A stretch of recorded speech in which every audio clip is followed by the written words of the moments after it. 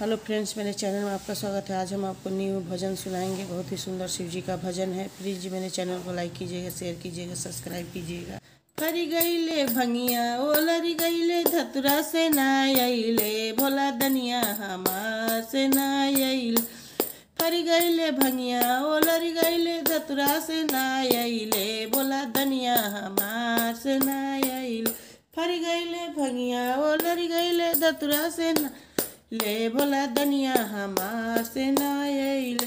पहले त जनती हम भोला हमारा है मंदिरवे में, पहले त जनती हम भोला हमारे है मंदिरवे में। जलवा हम चढ़ैती मंदिरवे में, जलवा हम चढ़ैती में, फुलवा हम चढ़ैती मंदिरवे में, दूधवा हम चढ़ैती मंदिरवे में, भंगिया हम चढ़ैती मंदिरवे में, बेलपत्र चढ़ैती मंदिरवे में, भोगावा हम लगैती मंदिरवे में, भोगावा हम लगैती मंदिरवे में।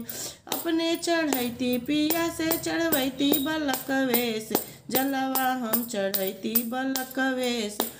अपने चढ़ैती पिया से चढ़वैती बलकवे से, जलवा हम चढ़ैती बलक से, भोगावा हम लगैती बलकवा से, भोगावा हम लगैती बलकवा से, फुलवा हम चढ़ैती कवा से, दूधवा हम चढ़ैती बलकवा से। फरी गईले भंगिया ओ लरी गईले धतुरा से ना आइले, भोला दनिया हमार ना आइले। फरी गईले भंगिया ओ लरी गईले धतुरा से ना आइले, भोला दनिया हमार ना आइले। अपने चढ़ैती पिया से चढ़वैती बलकवे से, मिर्गा के छलवा चढ़ैती बलक से, फलवा चढ़ैती बलकवे से, फलवा हम चढ़ैती से। फरी गईले भंगिया ओ लरी गईले धतुरा से ना आइले, भोला दनिया हम ना आइले। फरी गईले भंगिया ओ लरी गईले धतुरा से ना आइले, भोला दनिया हम ना आइले, भोला दनिया हमार ना आइले, भोला दनिया हर ना आइले।